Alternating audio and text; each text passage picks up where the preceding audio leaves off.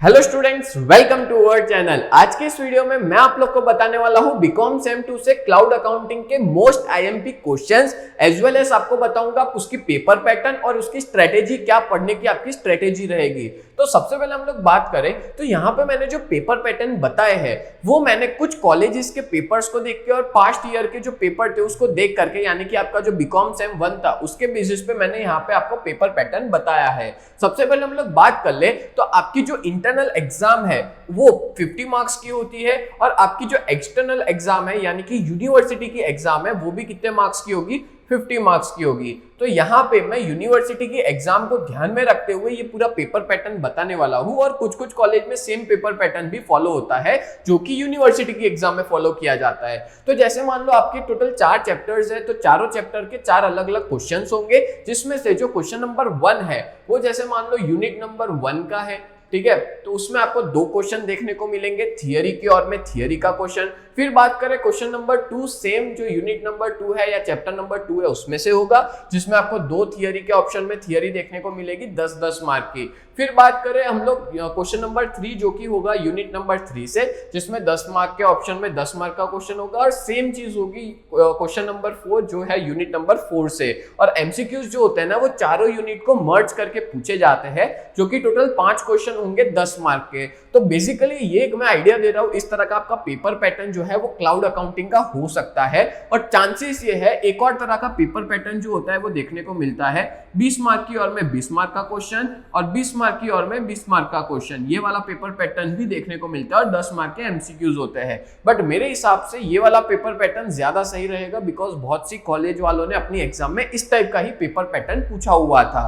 अब मैं आप लोग को कुछ मोस्ट आईएमपी क्वेश्चंस बता रहा हूं अलग अलग यूनिट से कि आपको कौन से क्वेश्चंस प्रिपेयर करने चाहिए और वो यूनिवर्सिटी की एग्जाम में आ सकते हैं। तो सबसे पहला है number 1 unit introduction to cloud accounting. उसमें मैंने ना 9 क्वेश्चन दिए। अच्छा, मैंने 9 क्वेश्चन इसी चैप्टर में दिए, बाकी सारे चैप्टर में क्वेश्चंस कम है बिकॉज मेरे को ऐसा लगता है कि ये सारे मोस्ट आईएमपी क्वेश्चंस है और ये सारे क्वेश्चंस हमने ऑलरेडी यूट्यूब चैनल पे अपलोड किए हैं एज वेल एज हमारी ऐप पे भी अपलोडेड है। तो जैसे पहला आपको आईएमपी क्वेश्चन करना होगा क्लाउड अकाउंटिंग, उसका मीनिंग और उसका फीचर पेज नंबर 3 पे है। Then after accounting automation meaning and features page number 5 है। Then accounting automations with cloud accounting page number 7 है। अच्छा, ये सारे पेज नंबर मैं कौन से बता रहा हूं तो आपको मैं क्लियर कर दूं कि ये वाली जो क्वेश्चन है ये हमने लिए है, मतलब ये वाले आईएमपी क्वेश्चंस मैं आपको बता रहा हूं कुमार प्रकाशन की बुक के हिसाब से। कि अगर आप लोग सुधीर प्रकाशन की बुक में से पढ़ रहे हो तो कोई दिक्कत नहीं है, बट कुमार प्रकाशन की बुक बहुत सही रहेगी अगर आप ये वाला सब्जेक्ट पढ़ रहे हो तो। क्योंकि मैंने पहले एक वीडियो बनाया था बुक्स का, उसमें मैंने बताया था सुधीर प्रकाशन की बुक खरीदनी चाहिए, बट जब हमने उसका पढ़ाई की, हमने खुद उसको पढ़ाया तो हमको ये रियलाइज हुआ कि भाई कुमार प्रकाशन की बुक में इजी लैंग्वेज में दिया है। तो कुमार प्रकाशन में प्रीफर करूंगा करंटली की पढ़ाई आप उसमें से करें, और अगर आपके पास नहीं है तो आप लोग हमारी ऐप में जाकर के डाउनलोड कर सकते हैं। नेक्स्ट आगे बात करें बेनिफिट्स ऑफ क्लाउड अकाउंटिंग, वो है पेज नंबर 9 पे।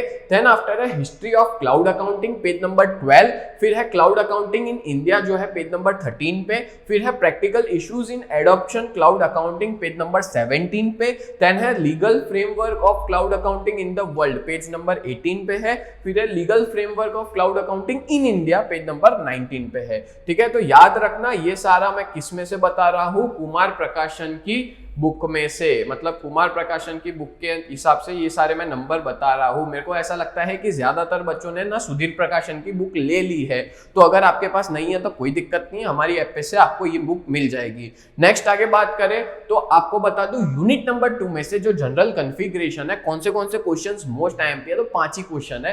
पहला क्वेश्चन है ERP structure in cloud accounting page number 33। Then है ईआरपी मॉड्यूल्स पेज नंबर 35।